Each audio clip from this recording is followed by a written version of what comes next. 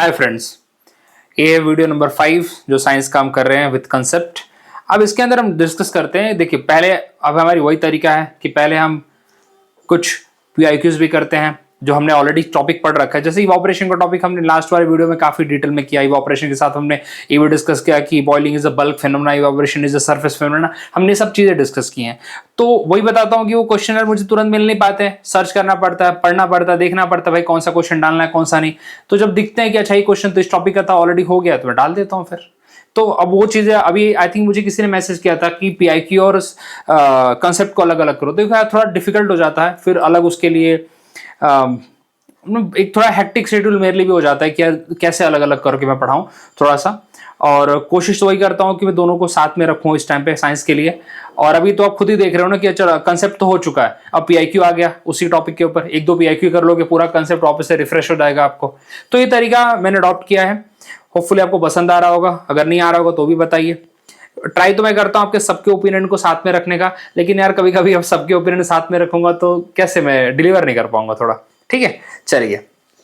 The rate of the evaporation of a liquid does not depend upon, again जो chapter number 1 है class 9th NCERT matter का जो topic है उसके अंदर आपको लास्ट पेजेस में आपको मिल जाएगा इवापोरेशन का टॉपिक। उसके अंदर आपको 4 फैक्टर्स मिलते हैं जिसके ऊपर इवापोरेशन डिपेंड करता है।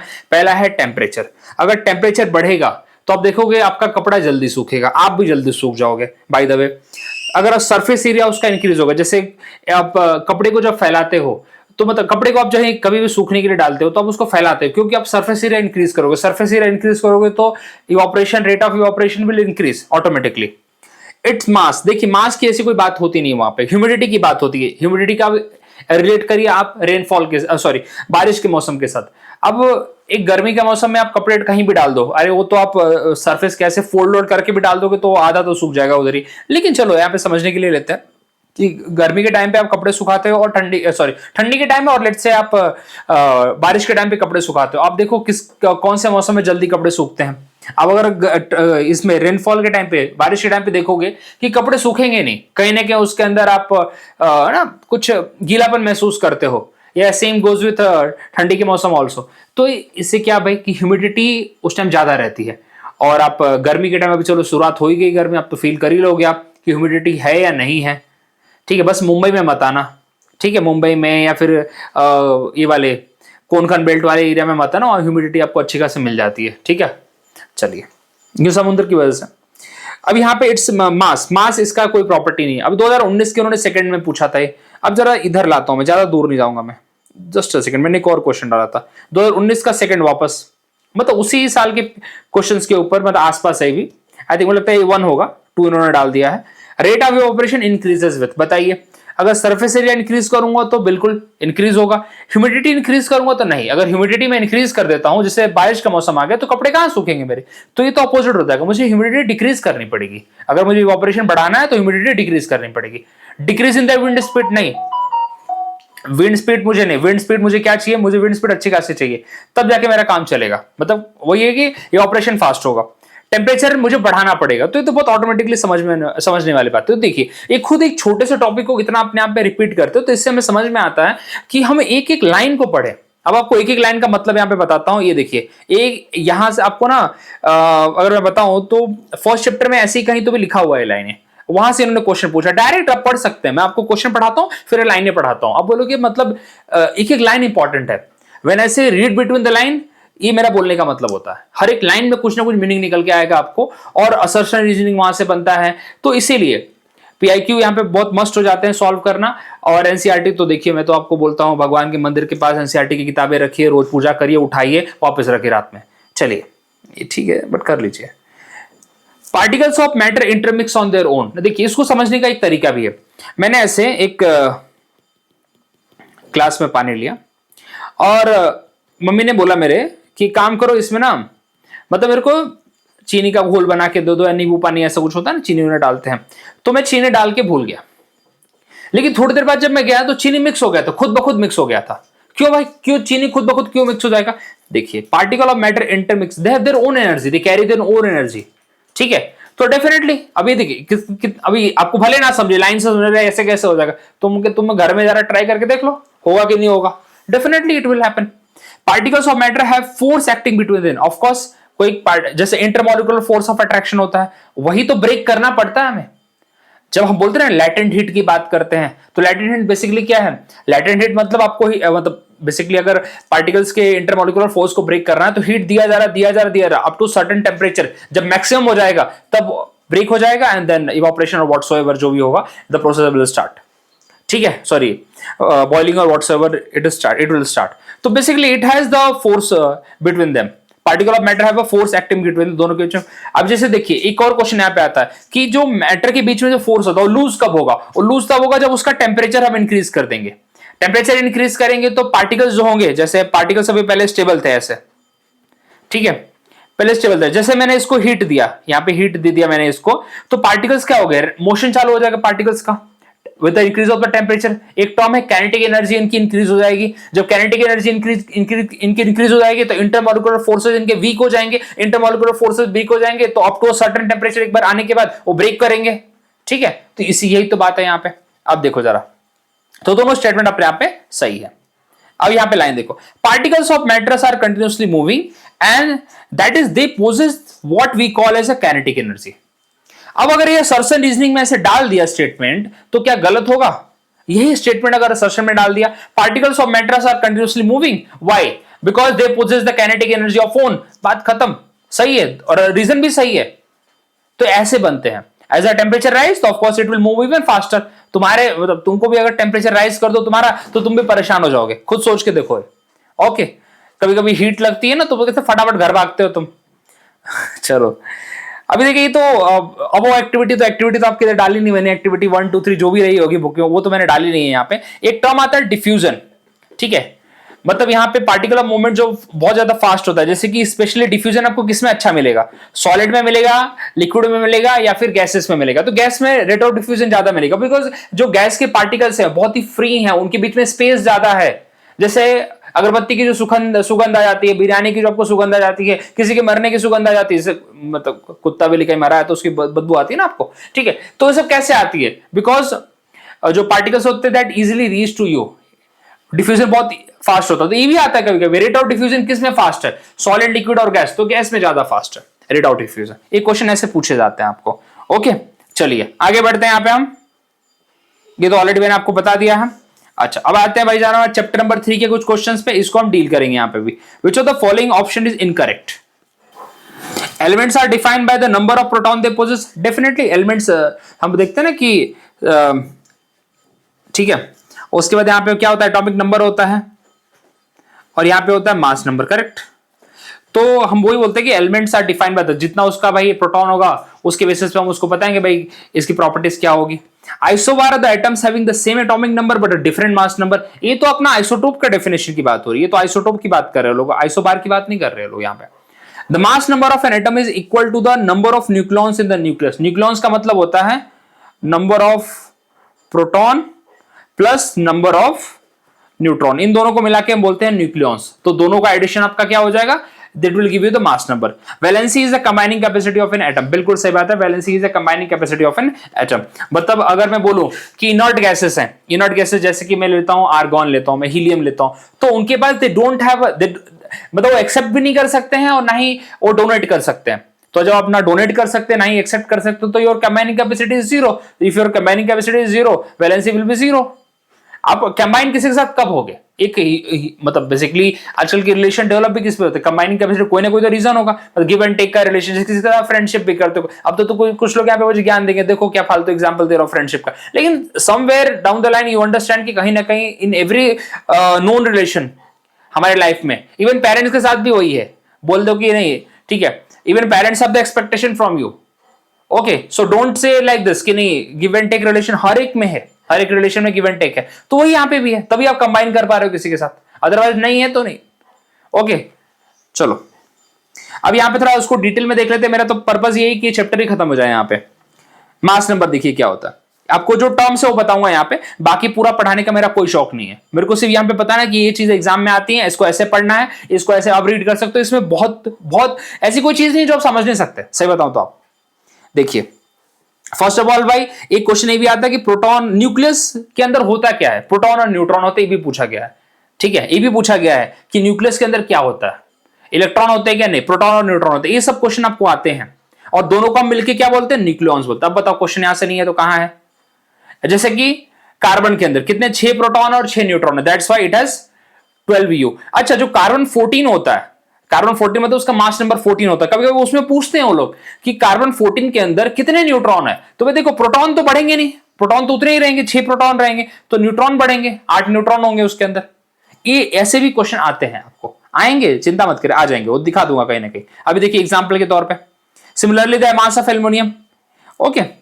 तो ये अपना, ये कभी कभी ऐसे भी पूछते हैं, सच बताऊं तो ऐसे भी पूछा है उन्होंने, ये डायरेक्टली एज इट इज उन्होंने देख के पूछा है, कुछ ऊपर नीचे इसमें हेरफेर करके दिया है उन्होंने कि भाई यहाँ पे what Z stand for mass number और द एटॉमिक नंबर। प्लीज, तो जो ये बता रहा हूं ये गलत नहीं बता रहा हूं, आपको सीधा सीधा क्वेश्चन यहां से आए हैं, तो जब इतना स्ट्रेस देके बोल रहा हूं लाइनों पे तो फिर इंपॉर्टेंट है। चलिए बस इतना बोलूंगा आपके लिए मैं। एग्जाम्पल के तौर पे देख लीजिए, यहाँ पे नाइट्रोजन का सेम कार्बन के लिए लिख लीजिए, यहाँ पे C और 12 लिख लीजिए, यहाँ पे 6 और 12, ओके। चलिए अब यहाँ पे आइसोटोप, ऑलरेडी आइसोटोप में पढ़ा चुका हूं, आइसोटोप के ऊपर ऐसा कुछ नहीं कि पिछले वाले वीडियो में आइसोटोप हमने पढ़ लिया था, जिसके अंदर same mass number, same atomic number होते हैं, डिफरेंट मास नंबर होते हैं, ठीक है। अब जरा कुछ एग्जाम्पल दे लो, क्योंकि एग्जाम्पल के तौर पर एक मैंने देखा है, बहुत बार देखा है कि क्वेश्चन उन्होंने पूछा है कि हाइड्रोजन का कोई आइसोटोप ही नहीं है, तो हाइड्रोजन के आइसोटोप लिख लो भैया। ड्यूटेरियम जिसका मास नंबर 2 होता है। अच्छा, अब एक क्वेश्चन और आता है कि हाइड्रोजन का एक पहला वाला जो प्रोटियम, बेसिकली जब इसकी बात करते हैं हम बोलते हैं हाइड्रोजन, उसको प्रोटियम, तो उसके अंदर कोई न्यूट्रॉन होता है क्या? तो इसके अंदर कोई न्यूट्रॉन नहीं होता है, पहली बात। प्रोटियम के अंदर नो न्यूट्रॉन। इसके अंदर क्या होता है? एक प्रोटॉन होता है, बस एक प्रोटॉन होता है, क्योंकि इसका मास नंबर क्या है? 1 ही है ना, 1 दिस वन, इसका एटॉमिक नंबर भी 1 है, मास नंबर भी 1 है, तो इसके अंदर एक प्रोटॉन होता है, इसके अंदर कोई मास नंबर नहीं होता। ड्यूटेरियम के अंदर सॉरी कोई भी न्यूट्रॉन नहीं होता, सॉरी प्लूटोनियम के अंदर, ड्यूटेरियम के अंदर एक न्यूट्रॉन होता है और ट्रिटियम के अंदर 2 न्यूट्रॉन होता है। एक बार ये भी क्वेश्चन पूछते हैं यहाँ पे लोग कि इनमें तीनों में से अनस्टेबल कौन सा है सबसे ज्यादा, तो देखिए ट्रिटियम यहाँ पे रेडियो एक्टिव होता है और बहुत ही जल्दी वो डीके हो जाता है, तो it is a radio active nature और बहुत ज्यादा वो अनस्टेबल है इसके अंदर ट्रिटियम। ये भी क्वेश्चन पूछा गया है, कभी कभी HDT ऐसे भी देते हैं वो लोग, तो ये मत समझिएगा डी यहां पे अगर पोला है तो समझिए कि भाई और ड्यूटेरियम की बात कर रहे हैं, टी अगर दिया है तो ट्रिटियम की बात करें in the respect of the hydrogen. चलिए अब यहां पे बात करते हैं भाई कार्बन की। देखो खुद ये वाला जो कार्बन है इसको कार्बन डेटिंग के लिए यूज करते हैं, मतलब एज फाइंड करने के लिए करते हैं कितना पुराना है, तो ये बहुत बार कार्बन डेटिंग यूज होता है, सीधा बोलते हैं कि कौन सा मास नंबर, क्या मास नंबर है उसका, दैट इज 14। ये सब PYQ है, जितना आपको चिल्ला चिल्ला के बता रहा हूं उसी पे फोकस कर रहा हूं, इसका मतलब PYQ है। चलिए अभी देखिए यहाँ पे therefore we can say that there are 3 isotope of the hydrogen। ये सीधा कभी कभी पूछा हुआ है, how many isotope are of hydrogen atom, सीधा पूछा 3 है। ये देखिए ये बच्चों वाले सवाल हैं, मैं सच बोलता हूँ बच्चों वाले सवाल हैं, लेकिन जब आया है तो उसका सोर्स अपने को पता है, तो हम उसको लाइन बाय लाइन उसको अपने नोट्स में रखें, या उसको अपने बुक से ही पढ़ रहे हैं तो बुक में उस चीज को हाईलाइट करके रखें, हाँ यहां से क्वेश्चन आया है। आपको नहीं पता कल के दिन आपका दिमाग में वो चीज ना रहे और आ गया, वैसे तो भूलोगे नहीं, बहुत बेसिक चीजें हैं, लेकिन फिर भी मैं बोलता हूं ये चीज, ठीक है।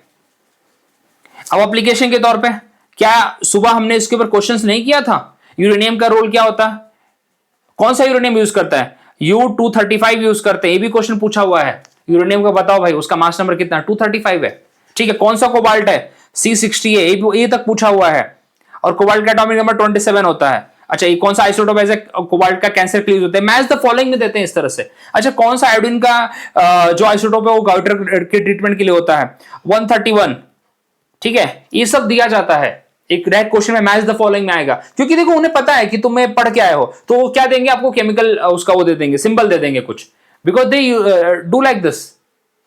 उन्हें पता है क्वेश्चन कहां से लाएंगे, उन्हें एक सेट ऑफ जो क्वेश्चंस हैं वहीं से वो घुमाते फिर आते हैं आपके लिए, आप लोगों के लिए मेहनत नहीं करते वो, प्लीज दिमाग में रखिए बात। CDS के लिए, NDA के लिए अगर UPSC वाले मेहनत करने लगे तो IAS के लिए क्या मेहनत करेंगे वो लोग, तो बेसिकली वो आजकल तो IAS वालों के लिए भी मेहनत नहीं करते यार, वो कॉपी पेस्ट मारते इधर उधर से, वो तो मैं भी आजकल उसके ऊपर बना नहीं रहा हूँ क्वेश्चंस, अदरवाइज मैं देख के देखता हूँ अरे क्या है यार, मतलब लिटरली वो ना कि बहुत literally I am doing in a very limited resources right now, otherwise मैं कुछ और क्वेश्चंस लाऊंगा, चिंता मत करिए, आपका पेपर हो जाने दो, और भी बहुत सारी चीजें लेके आऊंगा, जिन लोगों का नहीं होगा प्लीज जुड़े रहना, आप लोग की प्रिपरेशन अगली वाले तो बहुत तगड़ी कर दूंगा मैं, ठीक है, अगर आप जुड़े रहे तो मेरे से, बाकी तो आप पढ़ ही रहे होंगे मानता हूं मैं। चलिए अब देखिए आइसोबार, क्वेश्चन हमारा आइसोबार के ऊपर ही था, जिसमें क्या था कि एटॉमिक नंबर क्या है, एटॉमिक नंबर डिफरेंट है और सेम मास नंबर, ऐसा कुछ था ना, तो देखिए हाँ आइसोबार की डेफिनेशन ही वही है कि एटॉमिक नंबर इसका डिफरेंट है, जैसे कि यहाँ पे कैल्शियम का 20 है और आर्गन का 18 है, लेकिन दोनों का यहाँ पे मास नंबर कितना है, दोनों का मास नंबर यहाँ पे 40 है। अब क्वेश्चन आता है कि दोनों का मास नंबर 40 है तो नहीं इसमें और कुछ नहीं आता, इतना ही आता और कुछ आएगा भी नहीं। कभी कभी इसके अंदर से न्यूट्रॉन पूछ लेते हैं, क्योंकि देखो अगर मैं 40 लूं in the case of the calcium, तो कैल्शियम के अंदर 20 प्रोटॉन है और 20 न्यूट्रॉन है, और यहाँ पे आर्गन के अंदर 18 न्यूट्रॉन है और 22 प्रोटॉन, तो कभी कभी ऐसे भी पूछ लेते हैं वो लोग। ठीक है चलिए, बाकी तो आइसोबार बहुत ही सिंपल है, कोई डिफिकल्टी है नहीं इसके। अच्छा हाँ यहाँ पे क्या था, अच्छा क्यों मैंने डाला, अच्छा वैलेंसी के लिए था, sorry this is for the valency. हाँ क्वेश्चन था ना यहाँ पे कि valency is a combining capacity, correct, तो वही मैंने यहाँ पे डाला था, बिकॉज जितना स्पेस होगा, अगर पूरा स्पेस फिल है तो डेफिनेटली आप कहां से कंबाइन करोगे, तो वही था यहाँ पे। ओके चलिए, विच of the following statement about the property of the neutron is not correct. Neutron की प्रॉपर्टी है, न्यूट्रॉन की डिस्कवरी हमारे चैडविक ने की थी। ओके ये आपको बताया, ये भी मैच द फॉलोइंग में आ चुके हैं ना, चीजें बताता रहता हूं। Neutron mass is almost equal to the proton, हाँ बिल्कुल 1.7 के रेंज में होता है, मतलब मतलब ये छोड़ो, मेन 10⁻27 के रेंज में हमें देखने को मिलता है, 10⁻27 kg, दोनों का ऑलमोस्ट सेम है, करेक्ट। लेकिन यहाँ पे यहीं पे नहीं रुक जाना अपने को, हमें एक और क्वेश्चन आता है इसके साथ, तो आ चुका है एक स्टेटमेंट ऐसा देते हैं वो लोग, दिया है उन्होंने, इन दोनों का 1.67 इंटू 10⁻27 दिमाग में रख लो, ऑलमोस्ट सेम होता है। ठीक है, आगे का डिजिट तो बहुत वेरी करता है, लेकिन ऑलमोस्ट सेम है, 1.67 स्टार्टिंग की दो डिजिट्स हैं, ये दिमाग में रखिए आप। ठीक है, न्यूट्रॉन और प्रोटॉन के लिए क्वेश्चन यहाँ पे कैसे आता है। अच्छा पहले ये वाला क्लियर करो, न्यूट्रॉन पोजेस जीरो चार्जेस, बिल्कुल ठीक है। Neutron are located inside the atomic nuclear, बिल्कुल यहाँ पे प्रोटॉन प्लस न्यूट्रॉन होते हैं, जिसको हम न्यूक्लियॉन्स बोलते हैं। Neutrons revolve around the atomic nuclear, अरे भाई इलेक्ट्रॉन करते हैं, ये गलत हो गया ना, this is a wrong statement. ठीक है, अब आपको एक क्वेश्चन बताता हूं, वो क्वेश्चन जो पूछा जाता है ऐसे देते हैं, the charges of the neutron and the proton, सुनो sorry, the charges of the proton and the electron, my mistake, the charges of the neutron and electron, neutron और इलेक्ट्रॉन के चार्जेस कितने हैं, 1.6 इंटू 10⁻19 कूलम दोनों का, because neutron का, sorry neutron नहीं यार, प्रोटॉन की बात करो मैं, पी, ठीक है, प्रोटॉन और इलेक्ट्रॉन के दोनों के चार्जेस सेम है, प्रोटॉन का पॉजिटिव है, इलेक्ट्रॉन का नेगेटिव है, सिंपल सी बात है, कोई प्रॉब्लम नहीं यहाँ पे। लेकिन क्वेश्चन क्या देते हैं, both have the same mass also, भाई दोनों का मास सेम नहीं है, इलेक्ट्रॉन का मास नेग्लिजिबल है इसके सामने, इलेक्ट्रॉन का वैसे तो सबका इनका मास नेग्लिजिबल ही है, लेकिन एज कंपेयर भी देखो तो इलेक्ट्रॉन का जो मास होता है 9.10 इंटू 10⁻31 kg में जाता है, और इसका जो मास है 1.67 इंटू 10⁻27, तो किसका मास ज्यादा है, अगर आपको थोड़ी मैथमेटिक्स आती है ठीक ठाक, तो भाई प्रोटॉन का मास ज्यादा है। इवन प्रोटॉन और न्यूट्रॉन तो ऑफकोर्स सेम ही हो गया यहाँ पे दोनों का मास। तो देखिए ये क्वेश्चन भी ऐसे पूछे गए हैं, आ जाएगा कहीं ना कहीं, वो भी घूम फिर के दिख जाएगा, मुझे डाल दूंगा मैं, जब ये सब चीजें बता रहा हूं तो कहीं ना कहीं पढ़ी हुई हैं, और ऐसे आते हैं question, they frames the questions like this. चलिए ये देखिए यहाँ पे, चैडविक डिस्कवर द अनदर सब एटॉमिक पार्टिकल, एक क्वेश्चन इनका भी नाम पूछा गया, मैच द फॉलोइंग में आ गया, जिन्होंने पीआईक्यू जो सॉल्व करना जानते हो, जिन्होंने किया वो से रिलेट कर पा रहे हो, ये सब चीजें आती हैं। Neutron is represented by the n, the sum of mass of an atom is therefore given by the sum of the masses of the proton and neutron। कितनी बार देंगे लोग, ठीक है। चलिए अब बात करते हैं scattering of the alpha particle.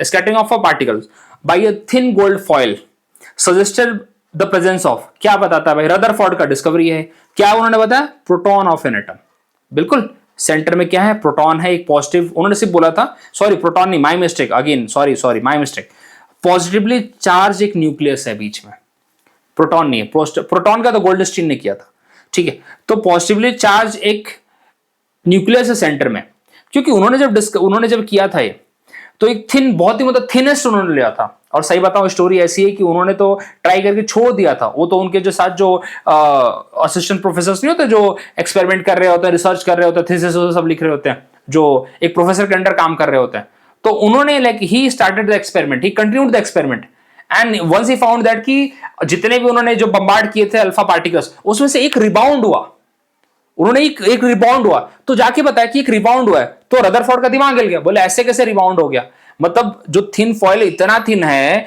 कि मतलब क्या ही बोला जाए, तो उन्होंने बोला कि उसमें रिबाउंड कैसे हो सकता है, तो then he again did the experiment and later he found that. अब तो देखो यार, मतलब आउट ऑफ द, ये जो स्टेटमेंट उनका है, ये देखो, out of the every 12,000 particles appear to be, मतलब वो उसमें से एक जो है रिबाउंड कर रहा है, ठीक है। अब यहां पे ये भी क्वेश्चन पूछा, देखो मेरे को इससे मतलब नहीं है, ये मेरे को ये लाइन से पूछा नहीं जाता मुझसे, ये 12,000 पार्टिकल्स में से एक कर रहा है या 18 में से कर रहा है, मेरे को ये नहीं पूछा था। मेन क्या है कि रिबाउंड कर रहा है क्या, हाँ एक दो रिबाउंड करते हैं, जो कि सरप्राइजिंगली उनके लिए भी था कि भाई कैसे कर रहे हैं। तो उन्हें रियलाइज हुआ कि जो मास है, जो किसी भी एटम का मास है, वो सेंटर में ही कॉन्सेंट्रेटेड है, ठीक है, और दैट टू पॉजिटिवली चार्ज है। पॉजिटिवली चार्ज है, क्यों पॉजिटिवली चार्ज है? क्योंकि जो अल्फा पार्टिकल उन्होंने सेंड किया था वो पॉजिटिव इन नेचर था, ठीक है। और पॉजिटिव पॉजिटिव क्या करेंगे, ऑफ कोर्स ये बता अट्रैक्ट तो करेंगे, इट विल रिबाउंड। ओके, जब उनका एक्सपेरिमेंट था, एक्सपेरिमेंट डालना भूल गया यहां पे मैं, चलिए, जो उन्होंने अल्फा पार्टिकल एक्सपेरिमेंट किया था, तो बहुत सारे जो देखिए, जो बहुत सारे जो तो ऐसे जा रहे थे, आपने पढ़ा होगा, ठीक है, कुछ ऐसे जा रहे थे, और जो सीधा गया वो रिबाउंड भी हुआ है, मतलब सीधा ऐसे इसी रूट पे वापस रिबाउंड हुआ है। ये क्यों भाई अल्फा पार्टिकल्स ऐसे मतलब डाइवर्ट हो रहे हैं? बिकॉज सेंटर में यहां पे क्या पॉजिटिव मास है, अगर इलेक्ट्रॉन्स होते तो definitely they would have entered it, तो यहां पे रिबाउंड हो रहे थे। चलिए, ये उन्होंने बताया। ओके, तो ये चीज है। अच्छा, एक और चीज चलो यहां पे बता ही देता हूं मैं। He selected the gold foil because he wanted a thin layer as possible. ये पूछते हैं कि अल्फा पार्टिकल होते क्या, तो देखिए हीलियम, हीलियम हीलियम हीलियम के पार्टिकल है वो। उसका मास नंबर भी पूछते हैं हीलियम का, तो आपको पता ही हो हीलियम के पार्टिकल्स को हम बोलते हैं अल्फा पार्टिकल, ठीक है। मास क्या है 4u, ये देखिए 4u, ठीक है। ये सब एग्जाम में ऐसे क्वेश्चन पूछे गए हैं, that's why I am saying this. Okay, चलिए देखिए क्या बोला उन्होंने, he did not expect see large, चलो वो तो बोलने की बात है। इनका आउटकम क्या था भाई, उनका आउटकम ये देखिए, आउटकम के ऊपर काफी क्वेश्चन पूछे जाते हैं। Most of the space inside the atom is empty because most of the alpha particle pass through the gold foil without getting deflected. बहुत सारे तो डिफ्लेक्ट में सीधा निकल गए थे।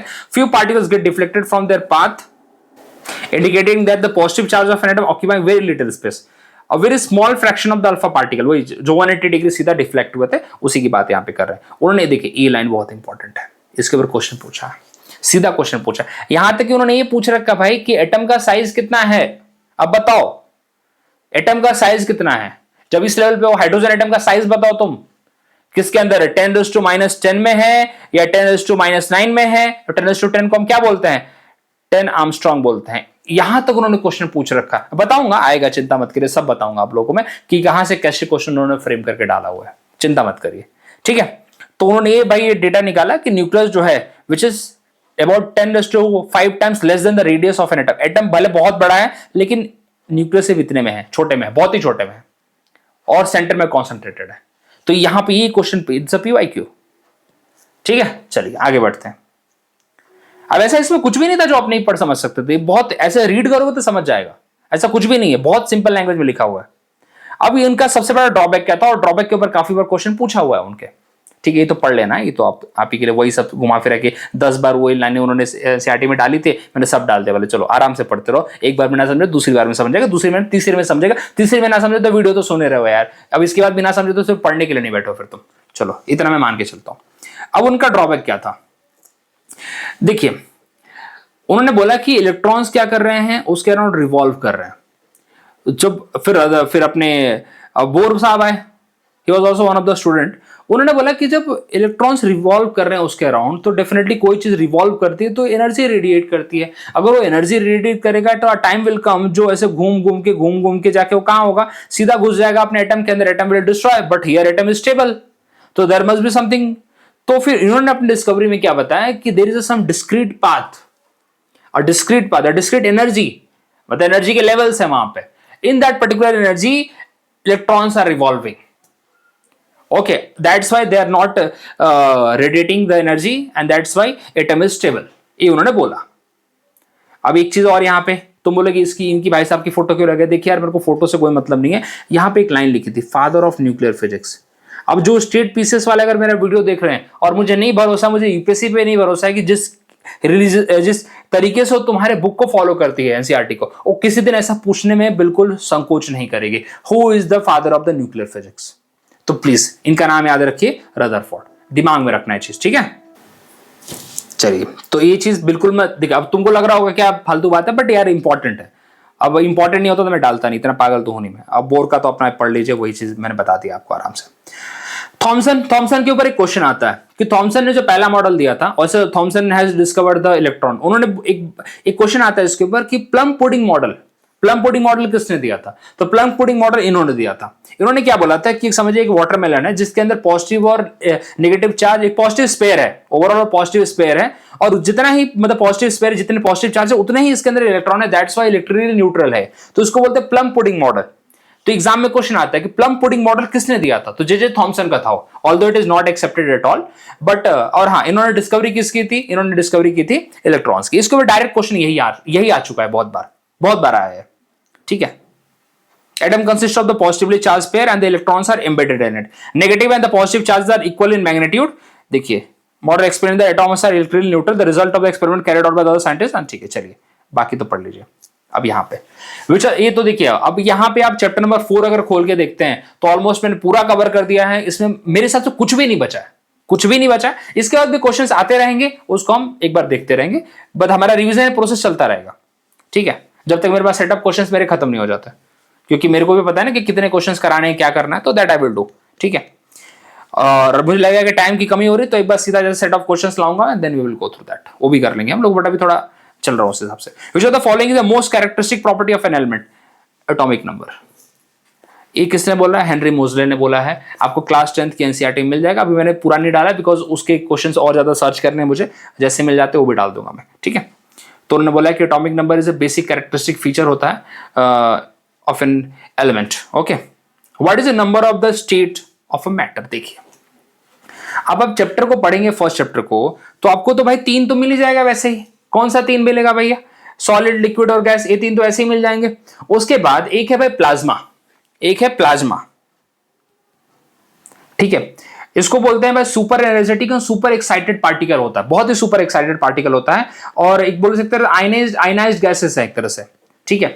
कहां कहां यूज किए जाते हैं ये भी क्वेश्चन आता है कि फ्लोरोसेंट ट्यूब में यूज किए जाते हैं, उसके बाद नियॉन बल्ब में यूज किए जाते हैं, ओके, क्योंकि गैस इसको आयनाइज करेगी और फिर क्या करेंगे? रेडिएट करेंगे, सिंपल सी बात है। और अगला भाई है बोस आइंस्टाइन कंडेंसेट, एक तरह से सुपर कूल्ड मटेरियल है, वो सुपर कूल मटेरियल है, ठीक है, मतलब एक्सट्रीमली लो डेंसिटी पे उसको कूल किया जाता है, वो मटेरियल है। तो 5, वैसे तो 5 ही है, लेकिन अभी अगर नेट पे डालूंगा तो वेरिएबल बताएगा, सच बता रहा हूं आपको मैं।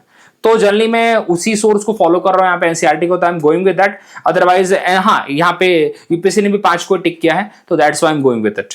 अब देखिए यहाँ पे थोड़ा सा ये देखिए, पहला है सॉलिड स्टेट, दूसरा है हमारा लिक्विड स्टेट, तीसरा है गैस स्टेट। अच्छा, ये सब तो चीजें हो गई। जरा ये बताऊंगा क्यों लिया मैंने, ये मैंने फोटो अपने मतलब इधर से डालना पड़ा मुझे, बिकॉज ऑफ न्यू वाली रिसेंट एनसीईआरटी में था ही नहीं, गायब कर दिया था। तो इसको पढ़ सकते हैं आराम से, वैसे आपकी बुक में मेरे हिसाब से रहेगा, आप इसको आराम से पढ़िए, इंपॉर्टेंट है, यहाँ से भी क्वेश्चन आए हैं।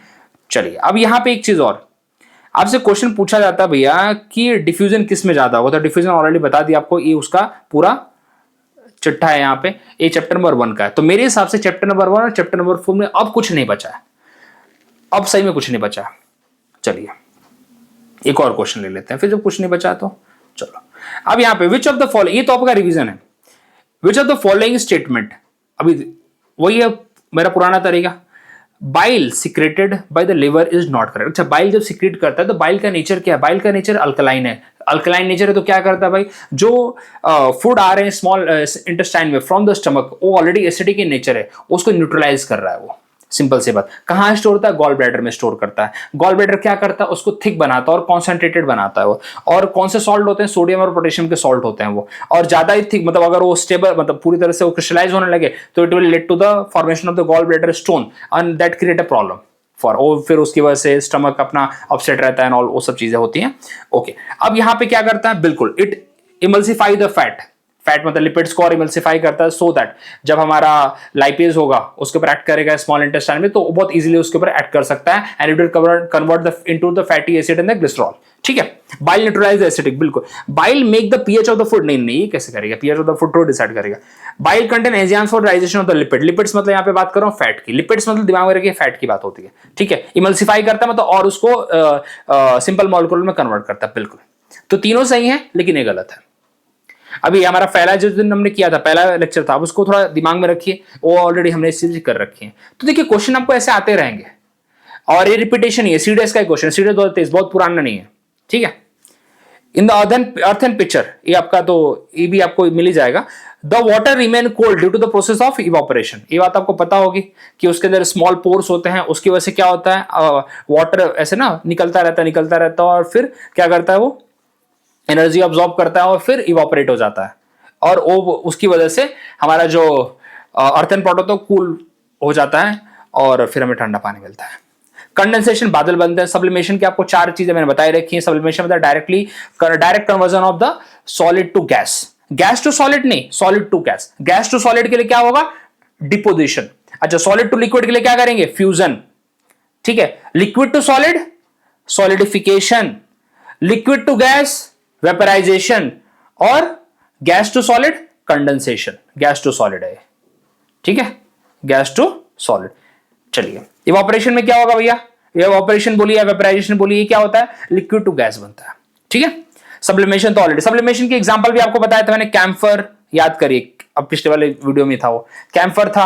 उसके बाद अमोनियम क्लोराइड था, NH4Cl जिसको हम बोलते हैं। नेफ्थलीन बॉल था, वही नेफ्थलीन बॉल जो आप कपड़ों में डालते हैं ना, मम्मी डालती होंगी आपके। सॉलिड कार्बन डाइऑक्साइड है यहाँ पे, जो डायरेक्टली कन्वर्ट हो जाता है गैस में। उसके बाद अमोनियम क्लोराइड तो हो गया, हाँ चलो अमोनियम क्लोराइड हो गया, और कुछ नेफ्थलीन, ठीक है, बस इतना ही बहुत है। Okay, so generally they ask these examples, आएगा वो भी, चिंता मत करिए, जब चैप्टर नंबर 2 आपके लिए कुछ क्वेश्चन वहां पे सर्च करूंगा तो भी मिल जाएगा अपने को। ठीक है, तो मेरे हिसाब से अब कुछ बचा यहाँ पे नहीं है, और कुछ रहेगा तो जरूर लाता रहूंगा आपके लिए। मेरे को भी पता चलता है कौन सी चीज छूट गई, तो डायरेक्टली आई ऐड देयर। और अब आपके लिए एक छोटा सा रिक्वेस्ट, ये देखिए, एक क्वेश्चन मैंने यहाँ पे डाले हैं आपके इवापोरेशन के ऊपर बेस्ड है। अब आपको थोड़ा सा एक ट्रिक बताना चाहता हूं, मैं एक चीज बताना चाहता हूं, क्या पता फॉलो भी करते हो, मुझे नहीं पता, बट मैं अपने साइड से बोलना चाहता हूं। कभी आप एनसीईआरटी पढ़े तो एनसीईआरटी के अंदर आपको लगता होगा ना कि सिर्फ रिटर्न जो काले अक्षरों में लिखा है सिर्फ वही मत पढ़िए, आप एक्टिविटी भी पढ़िए। एक्टिविटी से भी क्वेश्चन पूछे गए हैं। आप एक्टिविटी के साइड में जो बोलते हैं ना कि आउटकम क्या होगा, अगर आउटकम नहीं दिया तो आउटकम निकालिए, आपसे सिंपल रिक्वेस्ट है। जो येलो कलर में क्वेश्चन देते हैं वहां से भी क्वेश्चन देखिए कहां से आया है, वहीं से आया ना, वहीं से तो क्वेश्चन था ये, तो करिए। जब इतना सब आप करेंगे ना तो मेरे को नहीं लगता कि आपका कोई भी कंसेप्ट वहां पे बच जाएगा। जो एक्टिविटी देखते हैं ना, एक्टिविटी में कुछ चीजें दी होती हैं, उसका आंसर में भी they have not given it, कभी कभी आंसर नहीं देते, तो प्लीज फाइंड दैट आंसर। जब इतना आप करेंगे तो मेरे हिसाब से आपके लिए कुछ नहीं बचेगा, साइंस का कंसेप्ट आपके लिए बहुत आसान लगेंगे। तो पढ़ाई ऐसे करिए, बस इतनी रिक्वेस्ट आपसे, सिर्फ पढ़ने के लिए मत पढ़िए। अब खुद आप देख रहे हैं कि कैसे रीड बिटवीन द लाइंस, मतलब अंदर से चीजें पूछी जा रही हैं, तो दैट्स ऑल। भले ऑल द बहुत सिंपल है, लेकिन पढ़ेंगे तब सिंपल है ना, नहीं पढ़ेंगे तो कैसे है। So thank you very much, मिलते हैं अगले वीडियो में, और कोशिश करेंगे कि जब कोई टॉपिक लूं तो ऑलमोस्ट आसपास के सारे खत्म हो जाए और पिछले वाले टॉपिक्स का एक तरह से छोटा छोटा रिवीजन भी होता रहे। सो मिलते हैं अगले वीडियो में, थैंक यू वेरी मच।